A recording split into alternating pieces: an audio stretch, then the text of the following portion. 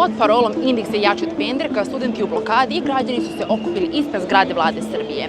Razlog je nedavno nasilje u Novom Sadu u sukobima između policije i građana, za koje građani tvrde da je obeleženo prekomernom upotrebom sile od strane policije. Ponašanje policije prethodnih dana, pogotovo u petak uoči u Novom Sadu, je bilo neustavno, brutalno, nezakonito i zaista nezamislivo za jednu zemlju koja pretenduje da bude član Evropske unije. Planirana je protestna šetnja do sektora unutrašnje kontrole Ministarstva unutrašnjih poslova, a studenti su putem društvenih mreža pozvali na masovno učešće, ističući da ponedeljak ne sme biti samo još jedan običan radni dan.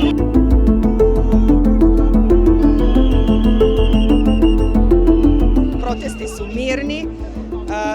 Videli smo poslednjih 10 meseci kako su svi ti protesti izgledali. Mogu samo reći da je strašno ta primjena tolike sile nad narodom koji je golorud, nad ženama, decom, nad ljudima sa pomagalima za kretanje, starijim ljudima, da je to stvarno bez reči.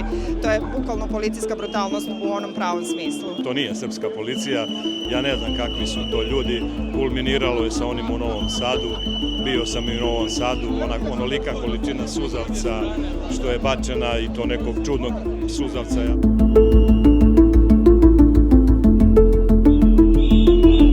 Iako je prošlo već 10 meseci od početka protesta, studenti i građani su još uvek na ulicama.